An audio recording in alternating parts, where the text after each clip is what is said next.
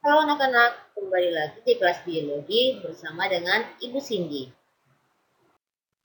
Sebelum kamu melanjutkan ke materi selanjutnya, jangan lupa untuk selalu mencatat materi baru dan materi penting yang kamu dapatkan selama belajar hari ini melalui video ini. Jadi, agenda kita hari ini adalah kita akan melanjutkan pembahasan sistem 5 kingdom, di mana minggu lalu kita sudah belajar tentang kingdom Monera, kingdom Protista, dan kingdom Fungi ataupun jamur. Nah, hari ini kita akan melanjutkan dengan kingdom Plantae ataupun tumbuhan, dan juga kingdom Animalia atau hewan. Selamat belajar! Oke, yang pertama adalah kingdom Plantae atau kita sering sebut dengan tumbuhan. Nah, kingdom Plantae ataupun tumbuhan terbagi atas 3 bagian besar. Oke, yang pertama adalah Bryophyta atau yang sering kita dengar dengan lumut. Kemudian Pteridophyta atau sering kita dengar dengan paku-pakuan ataupun tumbuhan paku. Jadi bukan paku untuk bangunannya. Kemudian yang terakhir adalah spermatofita atau tumbuhan berbiji. Nah, mungkin kita kalau berbicara tentang tumbuhan, kita akan lebih sering condong ke arah spermatofita. Tetapi pada hari ini kita akan belajar tiga-tiganya mengenai lumut, tumbuhan paku-pakuan, dan juga tumbuhan berbiji. Oke, sekarang yang pertama kita akan membahas tentang Bryophyta atau tumbuhan lumut. Oke, tumbuhan lumut ciri-cirinya adalah dia tidak berpembuluh. Berpembuluh di sini maksudnya adalah dia tidak mempunyai jaringan pengangkut xilem dan floem. Jadi kalau kita lihat tumbuhan nanti di bab-bab selanjutnya, tumbuhan itu mempunyai xilem dan floem. Oke, tumbuhan mempunyai xilem dan floem. Tumbuhannya mana? Tumbuhan yang biasanya mempunyai pohon atau nanti ada di bagian jenis dari spermatofita. Oke, tumbuhan spermatofita itu mempunyai pembuluh xilem dan floem, sedangkan tumbuhan lumut tidak punya xilem dan floem.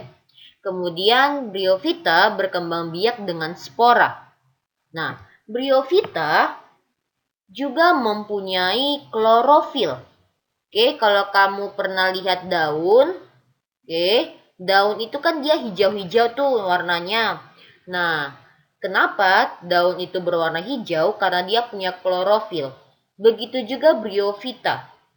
Bryophyta itu punya klorofil. Itu kenapa lumut sering sekali berwarna hijau.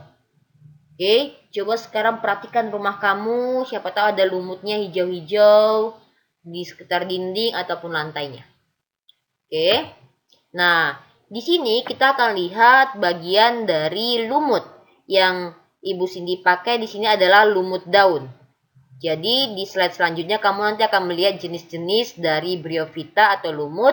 Salah satunya adalah lumut daun. Ini adalah bagiannya. Oke, di sini kamu bisa melihat ada yang namanya sporangium atau kamu nanti bisa mendengarnya juga dengan sporogonium. Nah, bagian sporangium dan sporogonium ini adalah tempat menyimpan spora yang akan digunakan untuk berkembang biak. Bagaimana prosesnya? Kamu akan mempelajarinya di jenjang berikutnya nanti. Tapi kalau kamu penasaran, kamu bisa cari di YouTube. Oke, kemudian juga lumut mempunyai tangkai ataupun disebut dengan seta. Kemudian tumbuhan lumut juga punya daun. Nah, daunnya inilah yang mendominasi dari tubuh tumbuhan lumut daun. Sehingga kamu sering melihat kalau tumbuhan lumut daun itu biasanya hijau, sangat-sangat hijau. Kamu jarang melihat sporangium ataupun sporogoniumnya dan tangkainya. Karena bagian tubuhnya didominasi oleh daunnya. Oke, kamu juga akan melihat yang dinamakan dengan stolon atau batang dan rhizoid.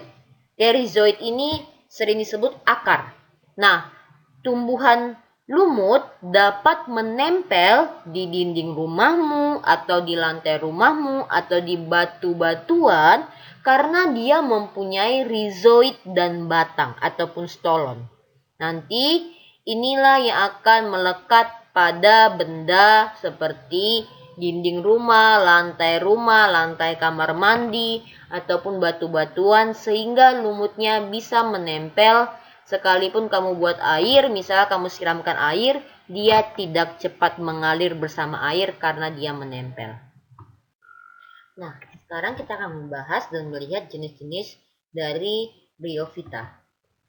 Nah, jenisnya itu ada 3. Ada lumut hati, lumut tanduk, dan lumut daun. Oke, sekali lagi ada lumut hati, lumut tanduk, dan lumut daun. Nah, kamu pasti sangat sering melihat khususnya yang lumut daun nih. Oke, kenapa dibilang lumut hati? Lumut hati karena struktur dari daunnya atau dari tubuhnya itu menyerupai bentuk hati. Walaupun bukan benar-benar bentuk hati ya. Nah, kita bisa lihat ciri-cirinya dari bentuk daunnya yang sedikit melebar dan juga berliku-liku di sebelahnya, bergelombang-bergelombang. Nah, lumut tanduk ini sering sekali terlihat dengan adanya bagian yang menonjol ke atas seperti tanduk. Kamu bisa lihat di gambar ini. Oke, di gambar yang kedua. Dan terakhir lumut daun. Lumut daun, kalau kamu lihat gambar yang paling bawah, bagian kanan paling bawah, lumut daun ini adalah lumut yang sering sekali kita lihat di tempat lembab ataupun sering sekali kita lihat di bebatuan. Oke, pasti kamu coba perhatikan dulu dinding rumahmu atau lantai rumahmu atau lantai di terasmu atau batu-batuan di sekitarmu. Nah, coba perhatikan ada hijau-hijau enggak? Nah, coba kamu sentuh apakah dia licin? Kalau iya, itu adalah lumut, yaitu jenis lumut daun.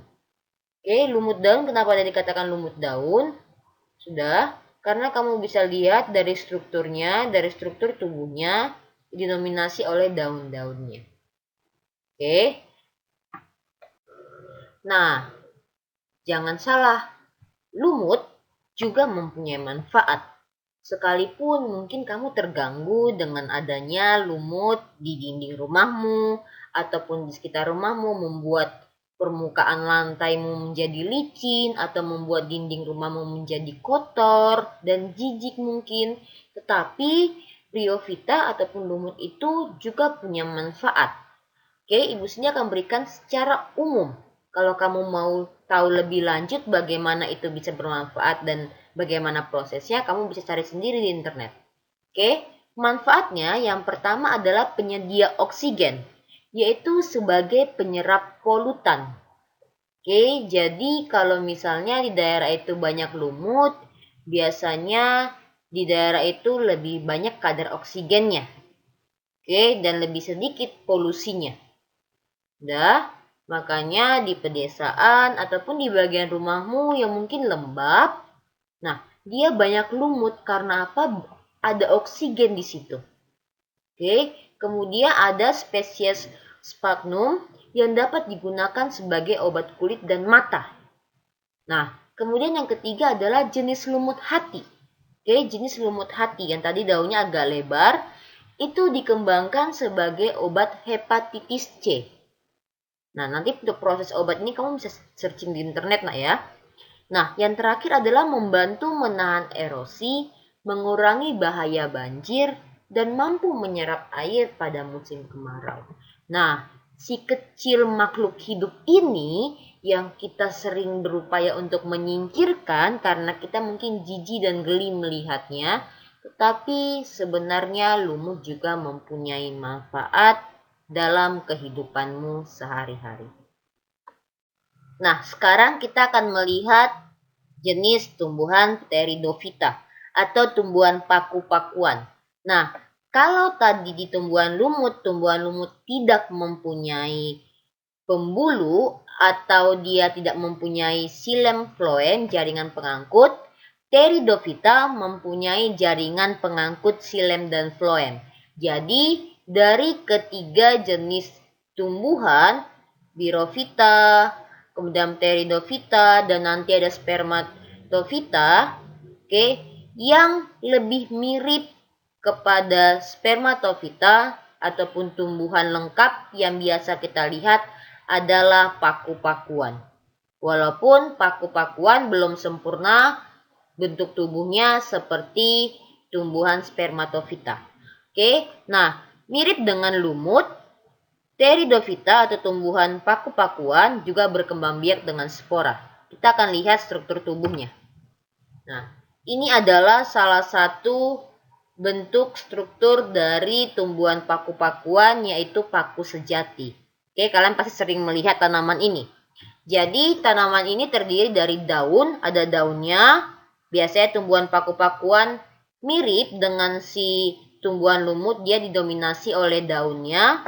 Kemudian dia punya batang, kemudian dia punya rhizoid ataupun dan juga rizom, sama seperti lumut. Oke, untuk melekat. Nah, kalau tadi di yang lumut, tempat untuk menyimpan spora adalah sporogonium, di sini tempat menyimpan sporanya adalah sporofil. Oke, ada sporofil. Oke, ataupun sporangium. Itu tempat dia menyimpan sporanya. Biasanya terdapat di bagian bawah dari daunnya. Kamu nanti kalau ketemu tumbuhan paku-pakuan, coba kamu lihat. Di bawah-bawahnya itu ada seperti titik-titik. Itu sebenarnya adalah sporofil yang menyimpan spora untuk berkembang biak. Kemudian ada yang dinamakan dengan Circinatus. Circinatus ini dia seperti menggulung-menggulung karena itu adalah daun muda yang masih menggulung. Nantinya saat daunnya sudah berkembang dan menjadi dewasa, maka daunnya akan mengembang seperti daun yang kamu lihat di sini. Nah, sekarang kita akan melihat jenis-jenis dari Pteridophyta ataupun tumbuhan paku-pakuan. Oke, seperti yang sudah Ibu Cindy bilang, jauhkan anggapan bahwa tumbuhan paku-pakuan ini adalah paku yang kamu pakai untuk bangunan. Berbeda ya. Nah, tetapi kenapa jadi dikatakan tumbuhan paku-pakuan? Nah, karena bentuknya menyerupai paku, yaitu runcing-runcing. Nah, jenis-jenis Pteridophyta itu ada 4. Ada paku purba, paku kawat, paku ekor kuda, dan paku sejati. Nah, kenapa dikatakan paku purba? Nah, paku purba ini dikatakan sebagai bentuk paku-pakuan yang paling lama ataupun paling tua ditemukan. Oke, kemudian paku kawat. Kenapa dikatakan paku kawat? Karena bentuknya mirip dengan paku yang kamu mungkin lihat sebagai paku bangunan, yaitu dia runcing-runcing satu persatu. Oke, kemudian paku ekor kuda. Paku ekor kuda dikatakan paku ekor kuda karena teksturnya ataupun strukturnya mirip dengan struktur ekor dari kuda. Jadi jangan kamu bayangkan benar-benar seperti ekor kuda ya. Nah, paku sejati, kenapa dinamakan paku sejati? Karena tumbuhan paku sejati adalah tumbuhan yang mempunyai struktur paling sempurna dan paling menyerupai tumbuhan yang lainnya dibandingkan jenis-jenis Pteridophyta atau jenis-jenis tumbuhan paku lainnya. Jadi kenapa dia dikatakan paku sejati? Karena strukturnya paling lengkap. Oke, sekarang kita akan membahas tentang manfaat dari Pteridophyta ataupun paku-pakuan. Nah, yang pertama adalah sebagai tanaman hias. Oke, khususnya jenis paku sejati. Sering sekali kita lihat sebagai tanaman hias. Kemudian sebagai bahan makanan, yaitu tumbuhan paku semanggi. Nanti kamu cari bagaimana bentuk tumbuhan paku semanggi. Oke, kemudian sebagai obat-obatan, yang jenisnya Alsophila glauca atau tumbuhan paku haji. Nah, daun jenis paku ini sudah dapat digunakan sebagai obat diare. Oke, jadi tumbuhan paku-pakuan ini juga mempunyai manfaat bagi kehidupanmu sehari-hari, bukan hanya sebagai hama ataupun bukan hanya tumbuhan yang diciptakan untuk memenuhi bumi saja, tetapi ada juga manfaatnya bagi kehidupanmu.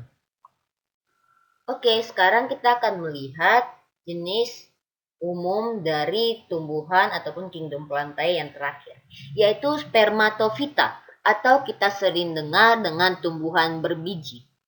Oke, nah spermatofita atau tumbuhan berbiji ini terbagi atas dua bagian besar lagi, yaitu gymnospermae atau tumbuhan berbiji terbuka, dan juga ada angiospermae atau tumbuhan berbiji tertutup. Nah, apa sih Bu gymnospermae? Apa itu angiospermae? Kenapa dinamakan terbuka, kenapa dinamakan tertutup? Kita akan pelajari saat ini. Nah, sekarang kita akan membahas tentang gymnospermae atau tumbuhan berbiji terbuka. Gymnospermae atau tumbuhan berbiji terbuka mempunyai beberapa ciri-ciri. Yang pertama, bijinya tidak dibungkus oleh daun buah. Oke, bijinya tidak dibungkus oleh daun buah. Nanti Ibu Cindy akan jelaskan apa itu dimaksud dengan tidak dibungkus oleh daun buah. Batangnya besar, batang tumbuhannya besar dan berkambium. Berkambium artinya dia berkayu. Jadi salah satu ciri-ciri dari gymnospermae yaitu tumbuhannya batangnya keras dan berkayu. Kemudian dia mempunyai alat reproduksi berupa strobilus yang bentuknya seperti kerucut. Nanti di slide selanjutnya kita akan lihat bagaimana strobilus itu. Nah, contoh-contohnya adalah cemara, damar, pinus, dan juga melinjo. Ibu Cindy yakin kamu sering mendengar tumbuhan-tumbuhan ini, terutama mungkin tumbuhan melinjo yang mungkin saat kamu di SD belajar tentang gymnospermae, kamu sering mendengar tumbuhan melinjo ini. Sekarang mari kita lihat apa itu strobilus dan apa itu biji terbuka ataupun biji yang tidak dibungkus oleh daun buah. Nah, sekarang kita akan melihat apa itu strobilus dan biji terbuka. Nah, ayo sekarang coba ingat-ingat lagi. Pernah nggak melihat benda-benda ataupun struktur dari tumbuhan seperti ini? Biasanya mungkin di pohon pinus atau mungkin di pohon cemara. Nah, biasanya ada benda ataupun bagian dari tumbuhan, dia sedikit keras, berbentuk seperti kerucut. Nah, kita sering melihatnya. Oke, itulah yang dinamakan dengan strobilus. Oke, jadi dua bentuk benda yang kalian lihat pada tumbuhan di gambar ini adalah strobilus. Yang di atas yang lebih besar yaitu female strobili ataupun strobilus yang betina, sedangkan yang di bawah adalah male strobili ataupun strobilus yang jantan. Oke, nah seperti ini nih. Kalian pasti sering lihat nih. Ini diambil contoh strobilus jantan dan betina dari pohon pinus. Oke, nah maksudnya mikroprofil dan makroprofil itu apa? Mikro artinya lebih kecil dan makro artinya lebih besar. Jadi untuk strobilus jantan bentuknya selalu lebih kecil, lebih pipih daripada strobilus betina. Oke, nah yang dimaksud dengan biji terbuka.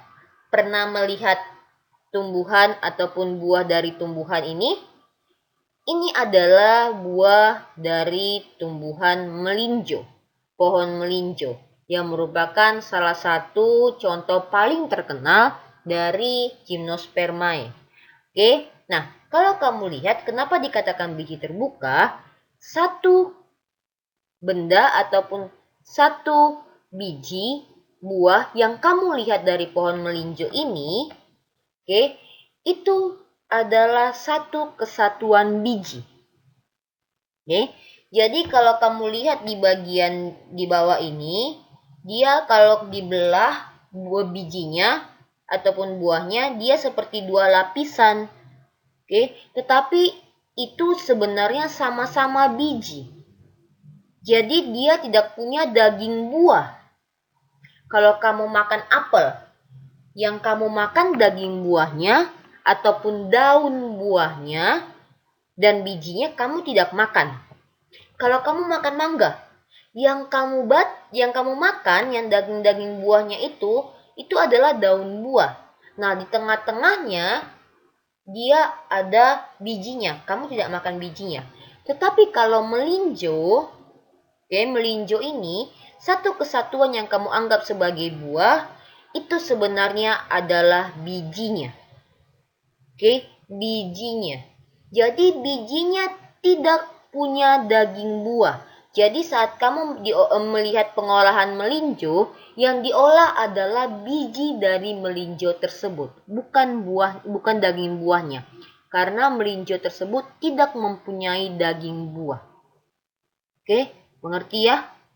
Jadi, untuk tumbuhan Gymnospermae ataupun tumbuhan berbiji terbuka, bijinya tidak diselimuti, tidak dilapisi, tidak dilindungi oleh daging ataupun daun buahnya.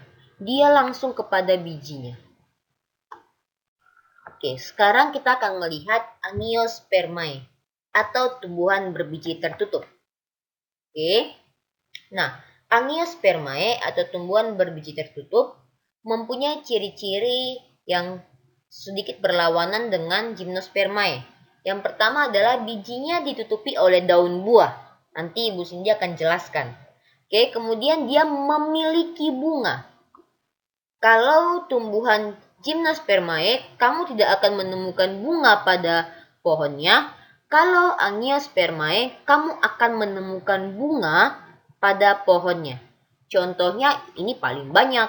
Ada mangga, jambu, anggur, nangka, kemudian kesemek, persik, apel, dan lain-lain. Oke, memang untuk tumbuhan berbiji didominasi oleh tumbuhan Angiospermae. Jumlah jenis-jenis tumbuhan Angiospermae memang lebih banyak daripada tumbuhan Gymnospermae. Sehingga kalau dikatakan tumbuhan berbiji, kamu pasti lebih sering kepikiran dengan Angiospermae daripada Gymnospermae. Oke, sekarang Ibu Cindy akan menjelaskan mengenai biji tertutup dan bunga sebagai komponen penting dari tumbuhan Angiospermae atau tumbuhan berbiji tertutup. Nah, apa yang dimaksud dengan berbiji tertutup? Perhatikan gambar-gambar dari buah-buah yang ada di layar ini, di video ini. Sudah, ini adalah buah-buah dari tumbuhan Angiospermae. Oke, ada semangka, anggur, kesemek, alpukat, apel, dan persik. Oke, yang Ibu Cindy tunjuk dengan garis berwarna merah adalah daun atau daging buahnya. Sedangkan yang Ibu Cindy tunjuk dengan warna biru adalah biji dari buah tersebut.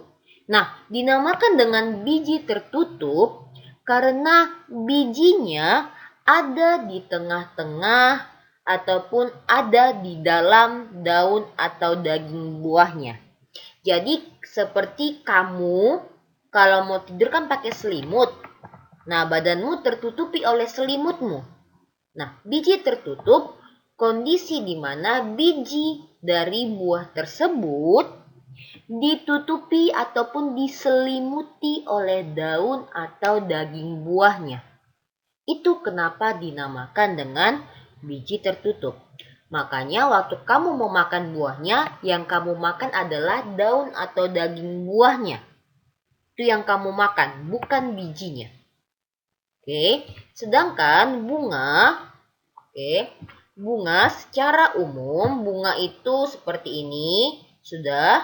Dia itu mempunyai bagian-bagian tubuh, yaitu ada mahkotanya, ada kepala sari, ada benang sari, kepala putik, tangkai putik, bakal biji, tangkai bunga, dasar bunga, dan kelopak bunga. Oke, bagian bunga secara utuhnya nanti kalian akan pelajari di bab-bab selanjutnya ataupun di jenjang kelas berikutnya. Oke, sekarang kita akan masuk ke kingdom yang terakhir yaitu kingdom Animalia atau hewan. Oke, kingdom Animalia terbagi atas dua bagian besar. Yang pertama adalah Avertebrata atau mungkin kalian pernah mendengar juga sebagai Invertebrata, itu sama saja.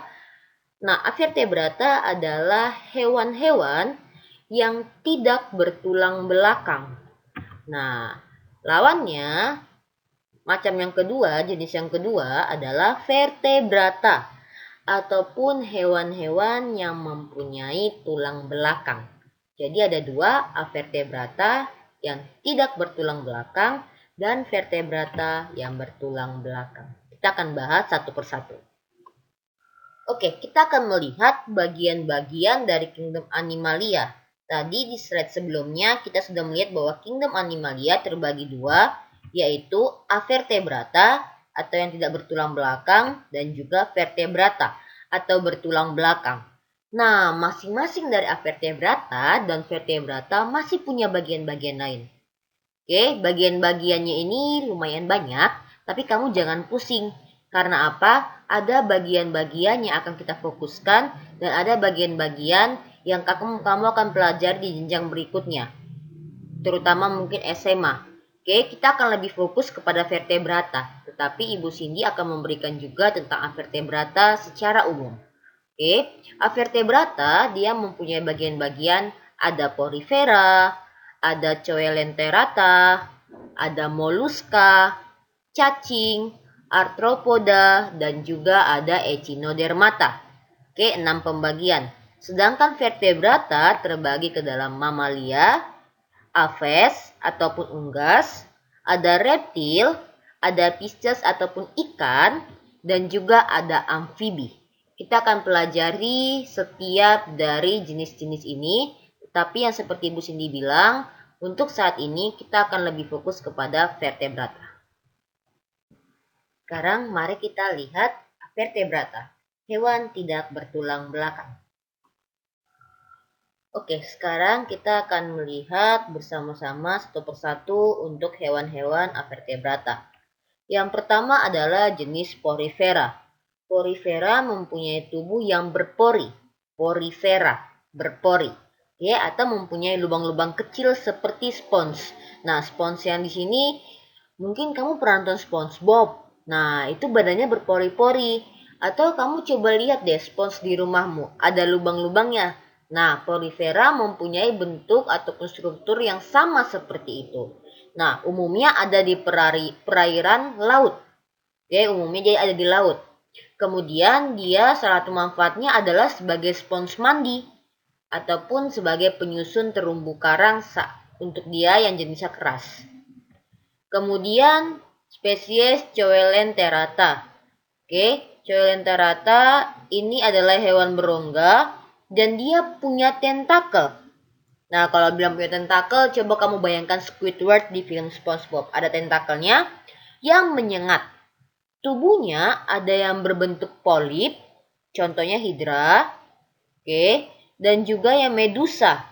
Medusa ini yang melayang-layang, contohnya adalah ubur-ubur. Nah, selanjutnya kita akan melihat moluska. Moluska ini dia mempunyai ciri-ciri bertubuh lunak dan berlendir.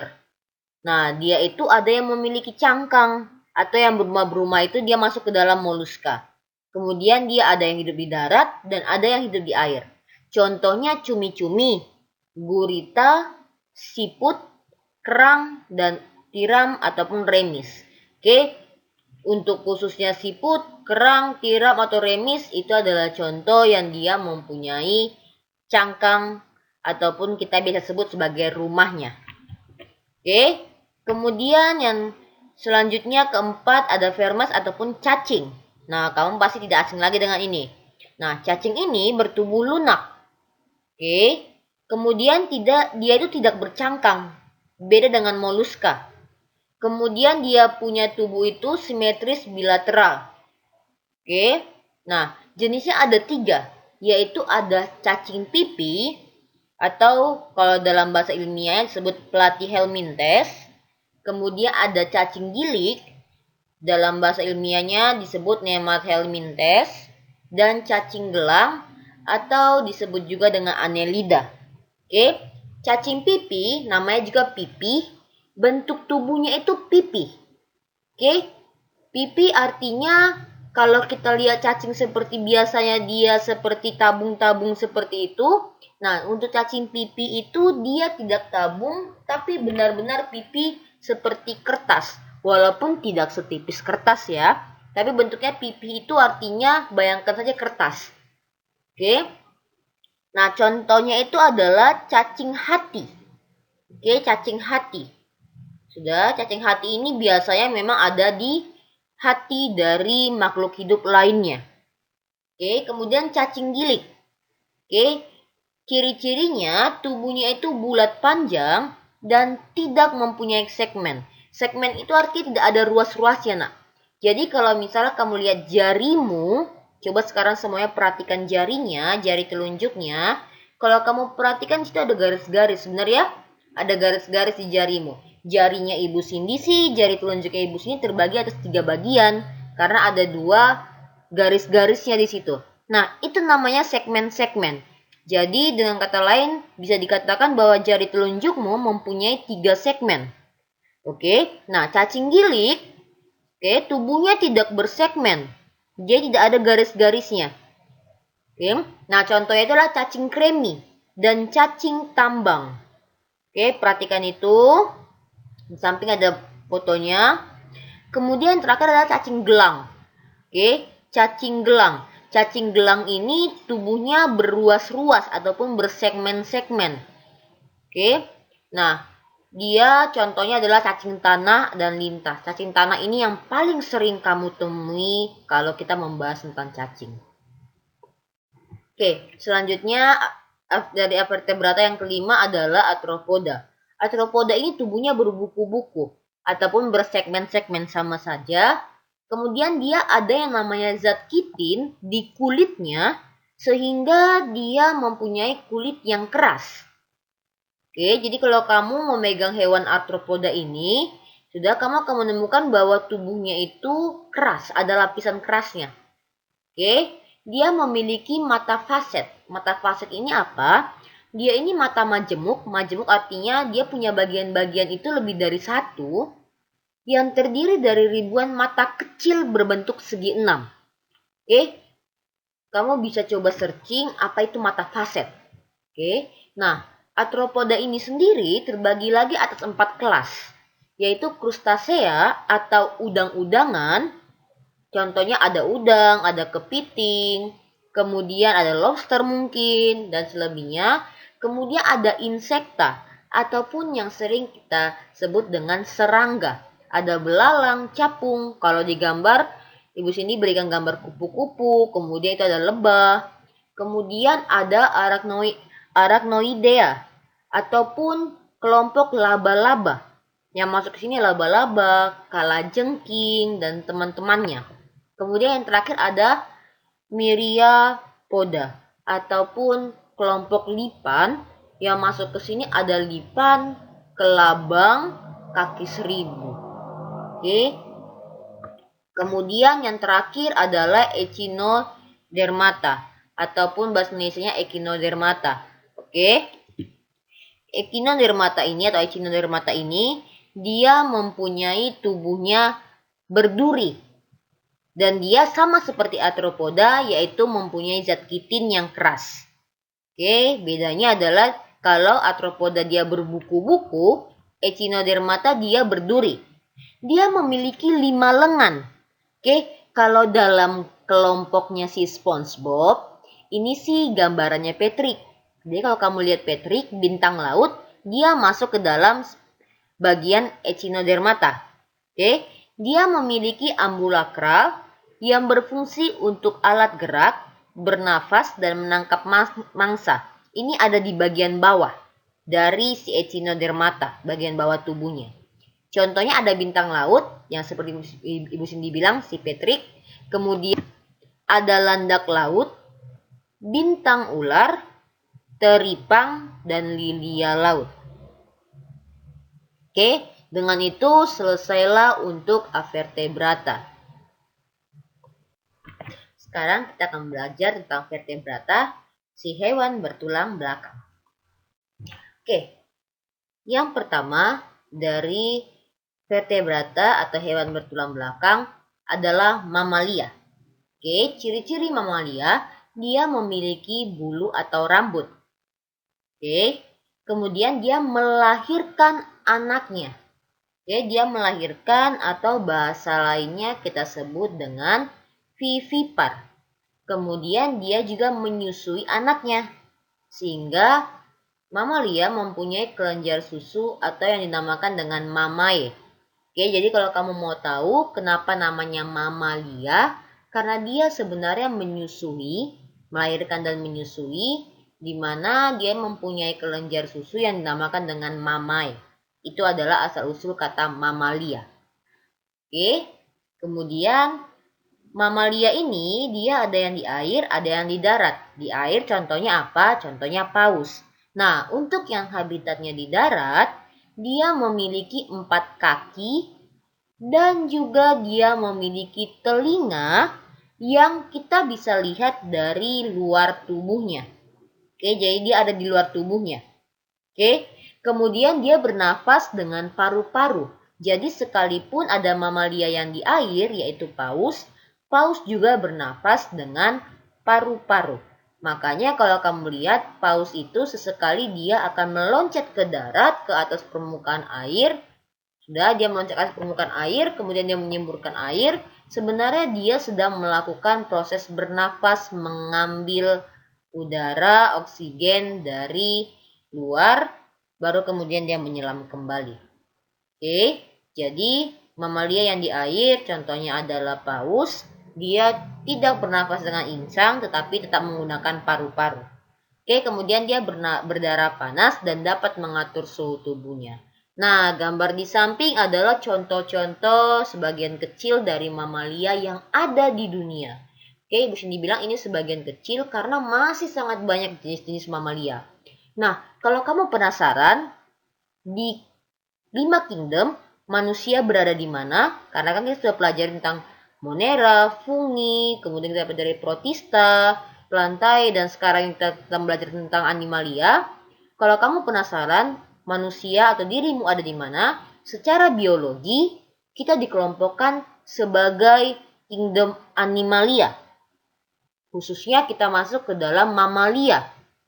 Oke, jadi makanya kalau kamu lihat ciri-ciri di sini, ada yang mirip dengan manusia. Oke, rata-rata ciri-ciri yang mirip dengan manusia. Tetapi kamu tahu bahwa kamu adalah gambar dan rupa Allah. Berbeda dengan hewan. Oke, secara biologi, para ilmuwan mengelompokkan kita ke dalam mamalia, tapi kamu harus menyadari siapa dirimu sebagai gambar dan rupa Allah. Nah, selanjutnya adalah aves atau biasa dalam bahasa Indonesia kita sebut sebagai unggas. Unggas memiliki ciri-ciri dia itu memiliki paruh. Oke, kamu bisa lihat pada gambar di samping dia ada paruhnya. Kemudian dia memiliki bulu pada kulitnya. Jadi kalau kamu bukakan bulu-bulu dari si unggas ini, kamu sebenarnya menemukan ada kulitnya. Kalau kamu pernah melihat atau makan ayam, nah itu kan ada kulitnya ya, bukan hanya bulu-bulu saja. Kemudian dia memiliki sayap. Nah, tetapi kamu perlu ingat, sayap pada setiap unggas tidak selalu berfungsi untuk membantu terbang. Karena ada beberapa unggas yang tidak dapat terbang. Oke, ada beberapa unggas yang tidak dapat terbang. Contohnya, contohnya adalah burung unta. Oke, burung unta itu tidak bisa terbang karena badannya terlalu besar. Atau misalnya ayam. Ayam, mungkin kamu pernah lihat ayam terbang. Tetapi sayap pada ayam tidak disertai dengan kemampuan untuk terbang yang jauh seperti burung pada umumnya. Jadi aves atau unggas ini tidak selalu dia bisa terbang jauh. Tergantung fungsi dari sayapnya, tergantung bobot tubuhnya. Oke, semakin besar kelihatannya burungnya, semakin berat burungnya, spesiesnya, maka spesies tersebut tidak dapat terbang. Oke, tapi semua unggas memiliki sayap. Kemudian, sama seperti mamalia, unggas ataupun aves ini dia bernafas dengan paru-paru. Oke, kemudian dia berkembang biak dengan cara bertelur. Oke, jadi dia menghasilkan telur, kemudian telurnya menetas. Oke, sekarang kita masuk ke bagian yang ketiga dari vertebrata, yaitu Pisces ataupun spesies ikan. Oke, ciri-cirinya dia hidup di air. Baik ada yang di air tawar ataupun ada yang di air asin atau air laut. Kemudian semua Pisces ini dia mempunyai sirip yang membantunya untuk bergerak. Jadi ada siripnya, fungsinya untuk apa? Supaya dia bisa berenang, bisa bergerak. Kemudian dia mempunyai sisik yang berlendir. Kalau kamu pernah melihat ikan, khususnya yang belum dimasak, coba kamu perhatikan, dia itu struktur tubuhnya itu dia bersisik. Makanya kalau kamu biasanya melihat mama ataupun tantemu ataupun orang yang masak di rumah, coba kamu perhatikan saat membersihkan ikan, biasanya sisiknya itu dibersihkan. Nah, kamu coba sesekali menyentuh ikan yang belum dimasak. Pasti sisiknya itu berlendir, licin-licin seperti itu. Kemudian dia bernafasnya melalui insang. Insang ini membantu ikan untuk bernafas di dalam air. Oke, kemudian dia berkembang biak dengan bertelur. Sama seperti spesies ataupun bagian dari aves ataupun unggas. Dia bertelur.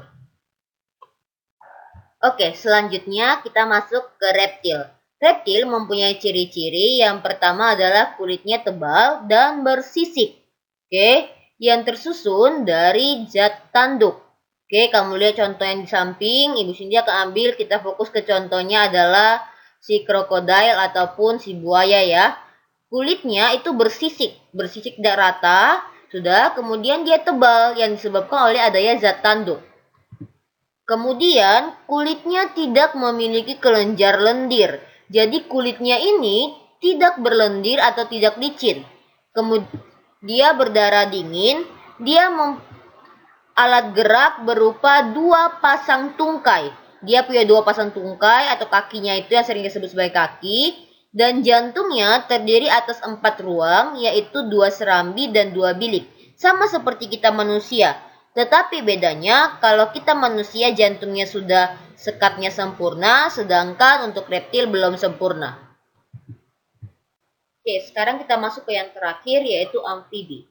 Oke, kalian harus perhatikan baik-baik di sini, jangan sampai salah mengartikan antara amfibi dan juga reptil.